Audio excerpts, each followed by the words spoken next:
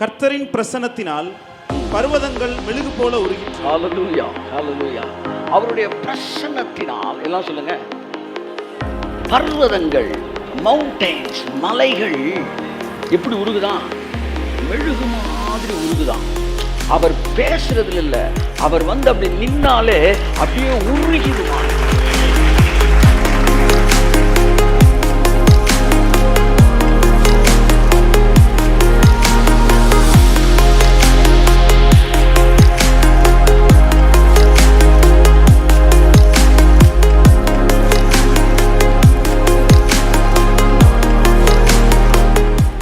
மலை மாதிரி உங்களுக்கு முன்னாடி இதெல்லாம் நடக்குமா, இதெல்லாம் நகலுமா, இதெல்லாம் பெயருமா, இதெல்லாம் கரையுமா அப்படின்னு நீங்க நினைச்சுக்கிட்டு இருக்கீங்களே, ஆவியானவர் சொல்றாரு, என் பிரசன்னத்தினால மலை போன்ற பிரச்சனைகள் கூட மெழுகு போல உருக ஆரம்பிக்கும்.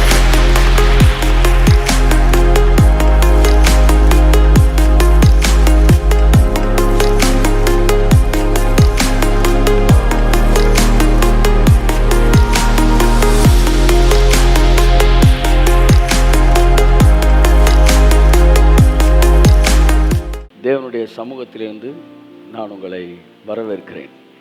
கர்த்தர் தாமே உங்களை ஆசீர்வதிப்பாராக. கர்த்தருடைய பிரசன்னத்திலே அமர்ந்திருப்பதும் தேவனை ஆராதிப்பதும் அது மிகுந்த சந்தோஷமான ஒரு விஷயம். I will enter his gates with thanksgiving in my heart. நான் தேவனை துதிக்கும்போது, நீங்கள் துதிக்கும்போது அவர் வாசலுக்குள்ள நுழையிறீங்களாம். So the place of protection. Amen, hallelujah. அதாவது ப்ரைஸ் பண்ணும்போது நீங்கள் என்ன செய்கிறீங்கன்னா, அவர் கேட்டுக்குள்ளே வந்துட்டீங்க. ஆமென். எத்தனை பேர் நீங்கள் உணர்றீங்க, நான் கேட்டுக்குள்ளே வந்துட்டேன்? ஹல்லேலூயா. அந்த கேம்பஸ்குள்ளே வந்துட்டிங்கனாலே அதுக்கப்புறம் அங்கே வியாதி இல்லை, அங்கே மரணம் இல்லை, அங்கே தோல்வி இல்லை, அங்கே பற்றாக்குறை இல்லை. ஏன்னா நீங்கள் தேங்க்ஸ் பண்ணும்போது ஹல்லேலூயா அவருடைய கேட்டுக்குள்ளே நுழையிறீங்க. தேவனுடைய பிரசன்னத்தில் அமர்ந்திருப்பது நீர்க்கால்கள் ஓரமாய் நடப்பட்ட மரத்தை போன்றது. அந்த மரத்துக்கு 24 மணி நேரமும் அந்த அந்த நீர்க்கால்கள்லேருந்து தண்ணீர் பாய்ந்து கொண்டே இருக்கும் பாருங்கள். அது மழைக்காக காத்திருக்க வேண்டிய அவசியம் இல்லை. எல்லா நேரமும் அது ஆசீர்வதிக்கப்பட்டது. நானோ கர்த்தருடைய ஆலயத்திலே நடப்பட்ட மரத்தை போல் நான் இருப்பேன். தேவனுடைய ஆலயத்தோடு இணைக்கப்பட்ட மனிதனுடைய வாழ்க்கை பச்சையான ஒளிவ மரத்தை போன்ற வாழ்க்கை. என் அன்புக்குரியவர்களே, அங்கே தேவனுடைய பிரசன்னத்தை நாம் அனுபவிக்கிறோம். தேவன் அங்கே பேசுகிறார் தம்முடைய பிள்ளைகளோடு. தேவன் எல்லாருக்கும் பேசுகிறார் பாருங்க. நான் யோசிப்பேன், இயேசு கிறிஸ்து பிரசங்கம் பண்ணும்போது முதலாவது தேவனுடைய ராஜ்யத்தை தேடுங்கள்னு சொன்னார். அது நமக்கு சொன்னாரா, அவருக்கு முன்னாடி இருக்கிறவங்களுக்கு சொன்னாரா? சொல்லுங்க. நமக்கு சொன்னாரா? நமக்கு தான் அவர் பேசியிருக்கிறாரு.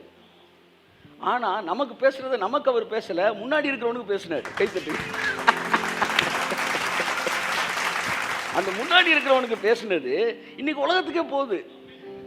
அப்போ அந்த முன்னாடி இருந்து வாங்குறான் பாருங்க, இந்த இம்மீடியட் ரிசீவர், எவ்வளோ ஒரு ஆசீர்வதிக்கப்பட்டால் பாருங்க. அவனை பார்த்து பேசினாரு. அதைத்தான் இன்னைக்கு நம்ம எல்லாம் படிச்சுக்கிட்டு இருக்கிறோம். ஏன்னா இந்த வார்த்தை நம்மளை பார்த்து பேசுது.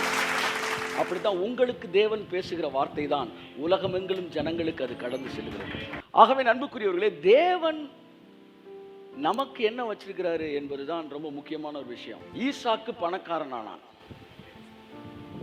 எத்தனை பேருக்கு அந்த விஷயம் தெரியும்? ஆமென் சொல்லுங்க. ஆமென். ஈசாக்கு பணக்காரனான எல்லாருக்கும் தெரியும். ஆனால் எப்போ பணக்காரனானா? அதிகாரம் தொடங்குது. அந்த தேசத்திலே ஒரு மிகுந்த பஞ்சம் ஒன்று உண்டானது. அப்பதான் ஈசாக்கு பணக்காரனானா. நீங்க எப்போ பணக்காரன் ஆகுறீங்க, ஆக போறீங்க? சொல்லுங்க. வெளியில எல்லாம் டவுன் ஆகும்போது உங்களுக்கு தான் என்ன ஆகும்? அப்பா ஆகும். ஆமா, அப்பா ஆகும். ஏன் உங்களுக்கு மட்டும் அப்போ அப்பாகிறப்ப வெளியில் டவுன் ஆகுதுன்னா, தேட்டரில் எல்லா லைட்டையும் ஆஃப் பண்ணாதான் ஸ்க்ரீனை எல்லாரும் பார்ப்பாங்க. ஸ்க்ரீனில் மட்டும் லைட் விழுகும் பாருங்க, அப்போ தான் எல்லாம் ஸ்க்ரீனை பார்ப்பாங்க. அப்படித்தான் உலகமே ஆஃப் ஆகுறப்ப உங்கள் மேலே லைட் விழுகுது. ஆமே, அப்போ தான் உலகம் உங்களை பக்கம் திரும்புது. திரும்பி கர்த்தருடைய மகிமை உன்மேல் உதிக்கும்.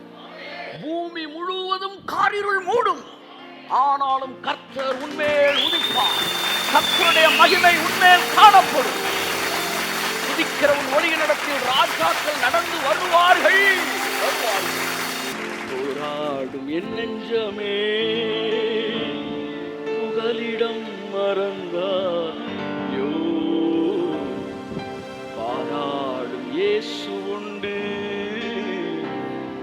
பதறாதே மனமே. ஹல்லேலூயா. என் அன்புக்குரியவர்களே, இந்த உலகம் எந்த விதத்திலும் உங்களை பாதிக்காது. நீங்கள் மாத்திரம் தேவனுடைய வார்த்தையோடும் தேவனோட மனுஷனோடும் தொடர்புடையவர்களாய் கர்த்தரோடும் தொடர்புடையவர்களாய் இருப்பீர்கள் என்றால் இந்த உலகம் உங்களை பாதிக்கவே முடியாது. ஏன்னா you are not the citizen of this earth, you are the citizen of the kingdom of God. நீங்கள் தேவனுடைய ராஜ்யத்தின் புத்திரர்களாக இருக்கிறீர்கள். உங்களுக்கு பேர் ராஜ்யத்தின் புத்திரராம்.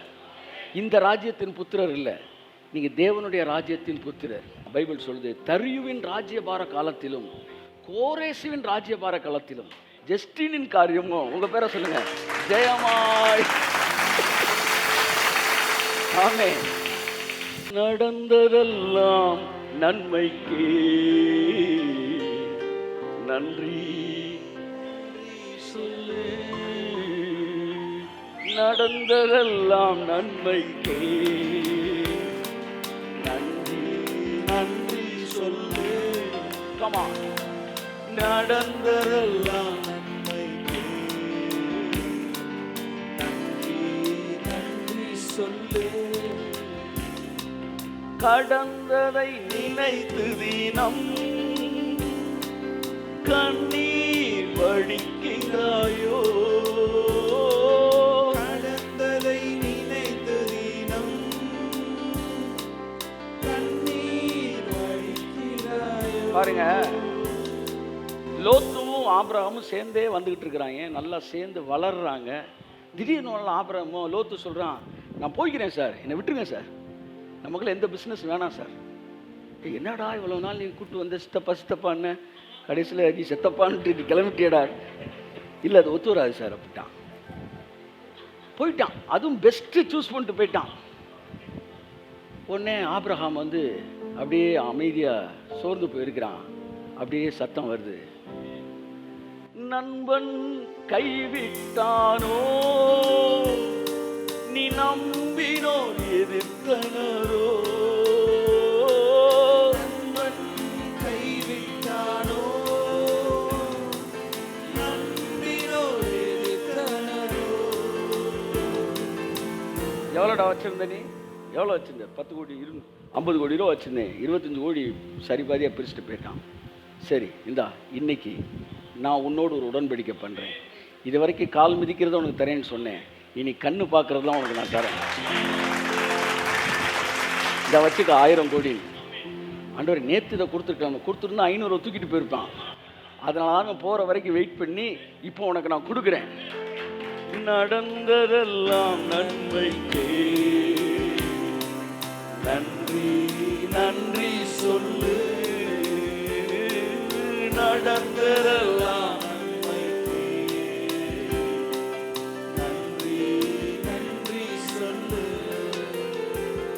பாருங்க, கர்த்தரை விட பெரிய ஞானி யாருமே கிடையாதான். பைபிள் சொல்லுது, கர்த்தருக்கு விரோதமான ஞானமும் இல்லை, புத்தியும் இல்லை, ஆலோசனையும் இல்லை. அதாவது அந்த ஞானம் என்னை ஜெயிக்க முடியாதான்னு அவர் சொல்லலை. ஞானமா அப்படி ஒன்றே கிடையாதுறாங்க.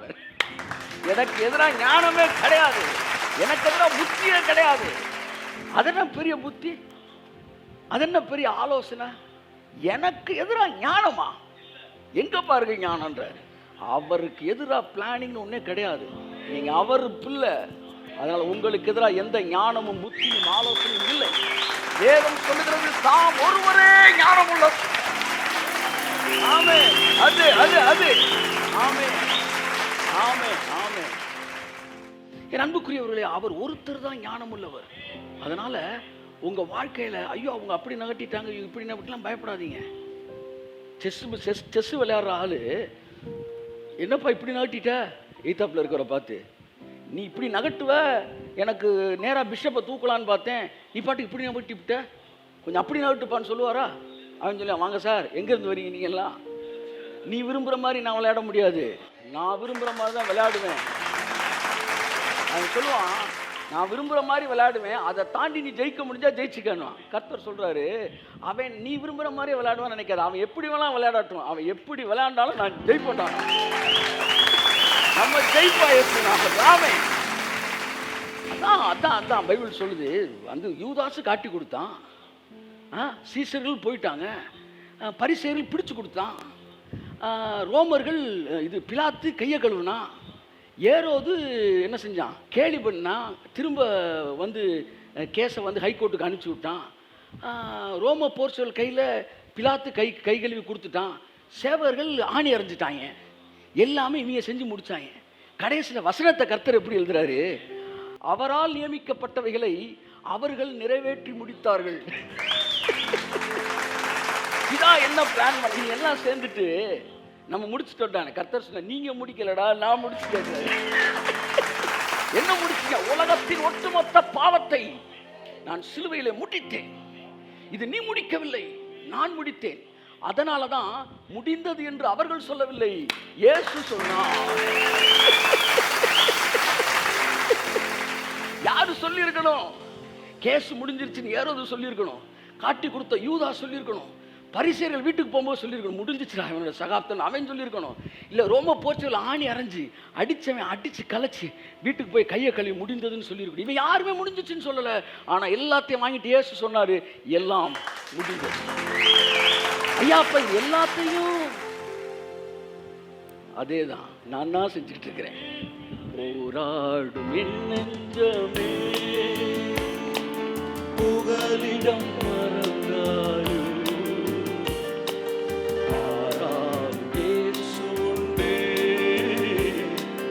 பதறாதே மனமே,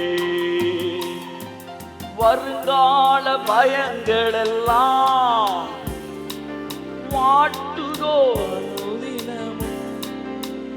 ஆமென். வருங்கால பயங்கள் எல்லாம் வாட்டுதோ அனுதினமும். Thank you Holy Spirit. அருள்நாதர் இயேசுவிடம் அனைத்தையும் கொடுத்து விடு. அருள்நாதர்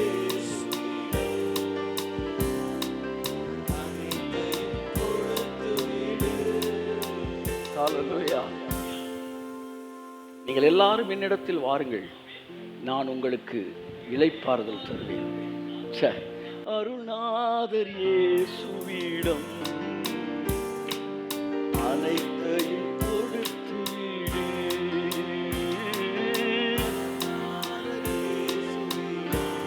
பாருங்க, பரிசேயர்களை பார்த்து இயேசு சொல்றாரு, உங்களுக்கு ஐயோ, ஏனென்றால் சுமப்பதற்கரிய பாரமான சுமைகளை மனுஷன் மீது கட்டி சுமத்துகிறீர்கள்.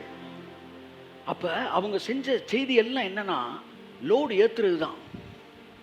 ஒவ்வொருத்தரும் சர்ச்சுக்கு போயிட்டு திரும்ப வரும்போது லோடோட தான் வருவான். நாளையில இதை செய்யணும் அதை செய்யணும். இங்கே ஏற்றி விடுறாங்க. அவர் வெளியில் நின்று வாங்க இறக்கி விடுங்க, ஏன்ட்டு இறக்கி விடுங்கன்னு சொல்லி அவர் எல்லாத்தையும் அவர் வாங்குறாரு. ஸோ லா ப்ரீச்சிங் ஏற்றுற எல்லா லோடையும் கிரேஸ் ப்ரீச்சிங் இறக்கி விடுது. சில நேரம் கர்த்தர் வந்து, இங்கே வாடா, என்னடா உனக்கு பிரச்சனை, உட்கார வச்சு அப்படியே பேசுவார். பேச பேச பேச நம்ம பிரச்சனைகள் போயிடும். சில நேரம் பேச மாட்டாருங்க, வாடா என்னடா பிரச்சனை, வாடா அப்படின்னு கூப்பிட்டு அப்படியே ஒரு கட்டி பிடிப்பார் பாருங்க. ஒன்றுமே சொல்ல மாட்டாரு, அப்படியே எல்லாமே போயிடும். இப்போ அதுதான் நடந்துக்கிட்டு இருக்கு. ஆமென், கையை தட்டு. அருள்நாதர் இயேசுவிடம் அனைத்தையும் போராடும் என் நெஞ்சமே புகலிடம் மறந்தாயோ, பாராளும் இயேசு ஒன்றே, பதறாதே மனமே. ஹல்லேலூயா. அவருடைய பிரசன்னத்தில் அமர்ந்திருப்பது மிகுந்த சந்தோஷமான விஷயம். அவருடைய பிரசன்னத்தில் பர்வதங்கள் மெழுகை போல உருகும். ஆமென். கர்த்தர் நல்லவர். அன்புக்குரியவர்களே, சங்கீதம் 97:5. கர்த்தரின் பிரசன்னத்தினால் பர்வதங்கள் மெழுகு போல உருகிற்று. ஹல்லேலூயா, ஹல்லேலூயா. அவருடைய பிரசன்னத்தினால் எல்லாம் சொல்லுங்க. பர்வதங்கள், மவுண்டன்ஸ், மலைகள் எப்படி உருகுதான்? மெழுகு மாதிரி உருகுதான். அவர் பேசுறதுல இல்ல, அவர் வந்து அப்படி நின்னாலே அப்படியே உருகிடுமா. இங்கே தாவீது உண்மையில் ஒரு மலையை பத்தி எழுதியிருக்கிறான்னு நீங்க நினைக்கிறீங்களா? எந்த மலையும் உருகிறதுனால நாட்டுக்கு நல்லது கிடையாது. அப்ப லிட்ரலா ஒரு மலையை பார்த்து மனசுல நினைச்சு தாவீது இங்கே எழுதியிருக்க வாய்ப்பில்லை. மலை போன்ற பிரச்சனைகள், உங்களை பயமுறுத்தக்கூடிய மிகப்பெரிய பிரச்சனைகள், அசைக்கப்பட முடியாத உங்கள் வாழ்க்கையின் பிரச்சனைகளை பற்றித்தான் வேதம் இங்கே சொல்லுகிறது. மலை மாதிரி உங்களுக்கு முன்னாடி இதெல்லாம் நடக்குமா, இதெல்லாம் நகலுமா, இதெல்லாம் பெயருமா, இதெல்லாம் கரையுமா அப்படின்னு நீங்கள் நினச்சிக்கிட்டு இருக்கீங்களே, ஆவியானவர் சொல்கிறாரு, என் பிரசன்னத்தினால மலை போன்ற பிரச்சனைகள் கூட மெழுகு போல உருக ஆரம்பிக்கும். என் நெஞ்சமே புகலிடம் மறந்தாயோ, பாராதும் இயேசு உண்டு, பதறாதே மனமே. இந்த இடத்துல மலையை பத்தி சொல்லும்போது அந்த வசனத்தை ஃபுல்லா வாசிங்களேன் ஒரு தடவை. கர்த்தரின் பிரசன்னத்தினால் பர்வதங்கள் மெழுகு போல உருகிற்று, மெழுகு போல உருகிற்று. சர்வ பூமியினுடைய ஆண்டவரின் பிரசன்னத்தினாலேயே உருகி போயிற்று. பாத்தீங்களா, மறுபடியும் அவன் யாரத்தான் சொல்ல, சர்வ வல்லவருடைய, சர்வ பூமியினுடைய ஆண்டவரின் பிரசன்னத்தினாலே. மலையை பத்தி ஒரு தடவை பேசுறான், பிரசன்ஸை பத்தி 2 தடவை பேசுறான். ஹல்லேலூயா, ஹல்லேலூயா. உங்களுக்கு பிரச்சனைன்னு இருந்துச்சுன்னா பிரச்சனையை ஒரு தடவை பேசுங்க, ஆனா பிரச்சனையை தீர்க்கிறவர் யாருன்னு 2 தடவை பேசுங்க. கர்த்தருடைய பிரசன்னத்தினால் மழை உருகி போயிட்டுன்னு சொல்லிட்டு சர்வ பூமியின் ஆண்டவரின் பிரசன்னத்தினால் அப்படின்றான். அப்ப அவன் ஃபோக்கஸ் எங்க தான் கொடுக்குறான்? மலைக்கு கொடுக்கல, காட்ஸ் பிரசன்ஸ் கொடுக்குறான். என் அருமையான தேவனுடைய பிள்ளையே, கர்த்தருடைய பிரசன்னம் உங்களோடு கூட இருக்கிறது. வேதம் சொல்லுகிறது, என்றென்றைக்கும் உங்களுடனே கூட தங்கி இருக்கும்படிக்கு தம்முடைய ஆவியை அவர் உங்களுக்கு தந்திருக்கிறார். நீங்கள் உணர்ந்தாலும் உணராவிட்டாலும் உங்களோடு கூட தேவனுடைய பிரசன்னம் இருக்கத்தான் செய்யும். ஸோ அந்த பிரசன்னம் மழையை உருக வைக்கக்கூடியது. ஒரு அறிவை, ஒரு வெளிச்சத்தை கர்த்தர் உங்களுக்கு தராரு. நான் உன்னோடு கூட இருப்பது உண்மை என்றால், உனக்கு முன்பாக இருப்பது எவ்வளவு பெரிய தேவையாக இருந்தாலும், எவ்வளவு பெரிய பிரச்சனையாக இருந்தாலும், நான் உன்னோடு கூட இருப்பது உண்மை என்றால் அது மெழுகை போல உருகித்தான். ஆகவே அன்புக்குரியவர்களே, தொடர்ந்து தேவனுடைய பிரசன்னத்தை பற்றி நீங்க படிக்க படிக்க படிக்க என்ன நடக்கும் அப்படின்னா, மலையை பெயர்க்கத்தக்க விசுவாசம் உங்களுக்குள்ள வர ஆரம்பிக்கும். ஸோ மலை என்பது மலையை போன்ற பிரச்சனைகள். இந்த பிரச்சனைகளை எல்லாருக்கும் எல்லாராலும் வந்து கரைய வைக்க முடியாது. ஆனால் எந்த மனுஷன் தேவனுடைய பிரசன்ஸை, அதனுடைய வல்லமை அதிகமாக நினைக்கிறவனா இருக்கும்போது அவன் மட்டும் அவனுடைய வாழ்க்கையில் ஒரு ஸ்பெஷல் அனாயிட்டிங் அவன் மேலே இருக்கும். அந்த அனாயிட்டிங் என்னன்னா, பெரிய பெரிய வேலையெல்லாம் அவன் சாதாரணமாக முடிச்சிருவான். பெரிய பெரிய மேட்டரெல்லாம் சாதாரணமாக முடிச்சிருவான். பெரிய பெரிய மிஷன் எல்லாம் கேஷுவலாக முடிச்சிருவான். அந்த பிரசன்ஸ் ஆஃப் காட் நிரம்ப நிரம்ப மலை பெருசா இருக்கும், அவன் மலையோட பெருசா வந்து நின்றுட்டு இருப்பான். அதுதான் தேவனுடைய பிரசன்னத்தில் நிரப்பப்பட்ட ஒரு வாழ்க்கை. இந்த மலையை பற்றி 3 வசனங்கள் மட்டும் வாசி. 1, அவருடைய பிரசன்ஸ்ல மலை மாதிரி பிரச்சனை என்ன?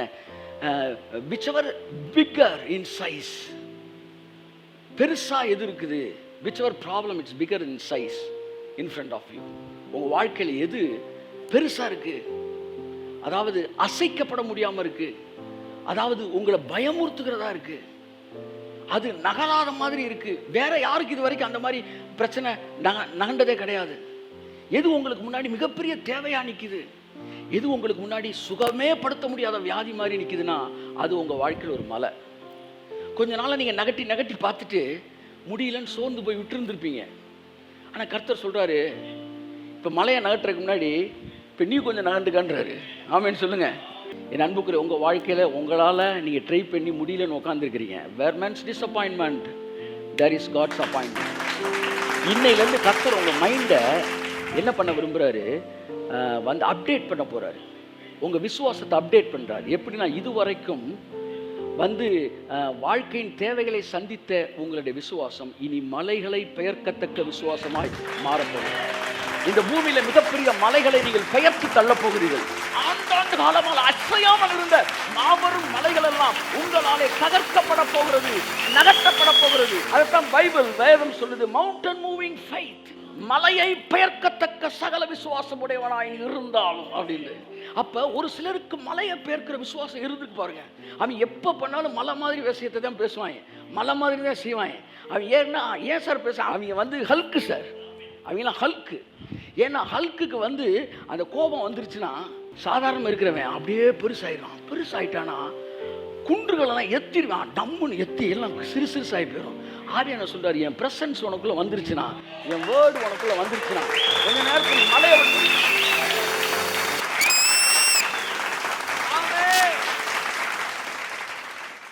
அருள்நாதர் இயேசுவிடம் அனைத்தையும் கொடுத்து விடு. அருள்நாதர் இயேசுவிடம் அனைத்தையும் கொடுத்து விடு. மூணு விஷயத்தை நீங்க நான் பேச விரும்புறேன். மலைன்றது எதை குறிக்குது? மலைகள், பர்வதங்கள் மெழுகை போல உருகும் என்றால் அது நிச்சயமாக மனிதனுடைய வாழ்க்கையிலே அசையாமல் இருக்கிற மாபெரும் பிரச்சனைகளை பற்றி தான் வேதம் இங்கு சொல்கிறது. நம் ஒவ்வொரு வாழ்க்கையில் நம்மளை பயமுறுத்தக்கூடிய மலை போன்ற பிரச்சனைகள் இருக்கலாம். அதெல்லாம் இருக்கணும்ன்றதுக்கு தேவன் அங்கே வைக்கல. இன்னும் சொல்ல போனா அது உங்க லைஃப்ல இருக்கிறது சித்தமே இல்லை. அதான் ஒருத்தர் எழுதுறான், மலைகள் இருப்பது எனக்கு பிரச்சனை அல்ல, ஆனால் அது என் வழிகளில் இருக்கக்கூடாது. ஆமென். ஆகவே அன்புக்குரியவர்களே, மலைகள் இருக்கலாம், ஆனா உங்க வழியில இருந்தா அது பெயர்ந்துதான் ஆக வேண்டும். பெயர்ந்துதான் ஆக வேண்டும். இது லிட்ரல் மலையை பத்தி மட்டும் பேசல.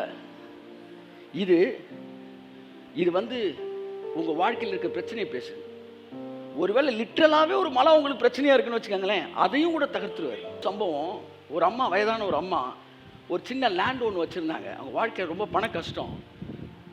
அப்போ அந்த லேண்டை வந்து விற்கணும் அப்படின்னு எல்லார்ட்டையும் பேசுனா, அந்த அம்மாவுக்கு தேவை, ஒரு எடுத்துக்காட்டுக்கு சொல்கிறேனே, ஒரு 50 லட்ச ரூபா தேவைன்னா வரவன் எல்லாம் வந்து மொத்தத்துக்கே ஒரு 4 லட்ச ரூபா 3 லட்ச ரூபாய் கேட்குறாங்க.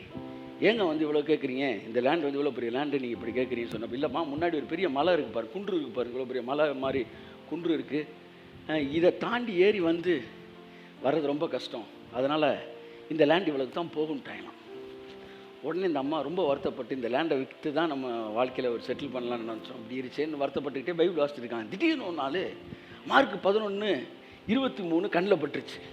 எவனாகிலும் இந்த மலையை பார்த்து நீ பெயர்ந்து நடு சமுத்திரத்தில் தள்ளுண்டு போ என்று சொல்லி தன் இருதயத்தில் சந்தேகப்படாமல் விசுவாசித்தால் அவன் சொன்னபடியே அவனுக்கு ஆகும் அப்படின்ற வசனத்தை பார்த்துருக்காங்க. நடந்த சம்பவம் இது.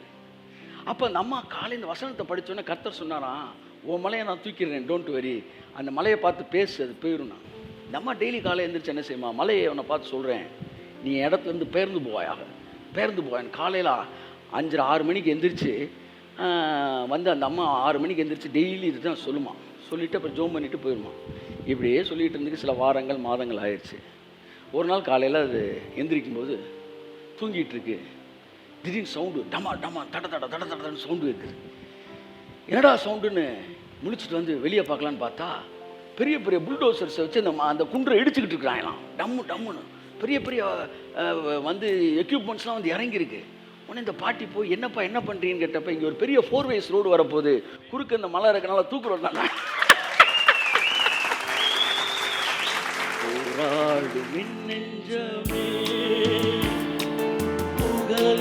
மறந்தாயோ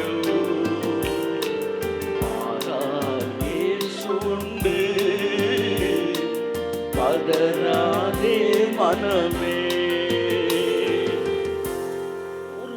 இந்த பூமியில் இருக்கிற ஒவ்வொரு மனுஷனும் கர்த்தருக்கு ரொம்ப முக்கியமானவங்க. கடவுள் எப்போவுமே இப்படி கூட்டமாக பார்க்கவே மாட்டார் பாருங்க, எப்போவுமே தனியாக தான் பார்ப்பார், எப்போவுமே தனியாக தான் பேசுவார். இந்த பூமியில் எப்படி உங்களை அவர் நேசிக்கிறாருன்னா, இந்த பூமியில் நீங்கள் மட்டும் இருந்தால் அவங்களை எப்படி நேசிப்பாரோ அப்படி தான் பாரு உங்களை நேசிக்கிறார். ஆதாம் இருக்கும்போது அவரால் 100 பேர்ட்டையும் தனித்தனியாக கம்பெனி கொடுக்க முடியும். கொடுங்க சார், 1 லட்சம் பேர் இருந்தால் அந்த 1 லட்சம் பேர் பக்கத்துலையும் அவர் நிற்க முடியுமா? இந்த ஹெவன் அதான் பேரடைஸ் ஹெவன் விசிட் பண்ணும்போது அதில் பார்த்த ஒரு விஷயம் என்னென்னா, அந்த ஃபஸ்ட்டு ரெல்மில் அந்த அங்கே இருக்கிற ஜனங்கள் ரட்சிக்கப்பட்டவர்கள், அதில் அவர் பார்த்த விஷயம் என்ன சொல்கிறாருன்னா, அங்கு எத்தனையோ லட்சக்கணக்கான ஜனங்கள் இருக்கிறாங்க, கோடிக்கணக்கான பேர் இருக்கிறாங்க, அது ரொம்ப அழகான ஒரு இடமா இருக்குது. அதில் நான் பார்த்து வியந்த ஒரு விஷயம் என்னென்னா, ஒவ்வொருத்தனிடமும் தனித்தனியாக இயேசுநாதர் உட்காந்து பேசிகிட்டு இருக்கார், ஒவ்வொருத்தருமே அவர் வந்து இடைபெறாராம். எல்லோருமே அவருடைய பிரசன்னத்தை தனித்தனியாக அனுபவித்தார்கள். ஆமென்.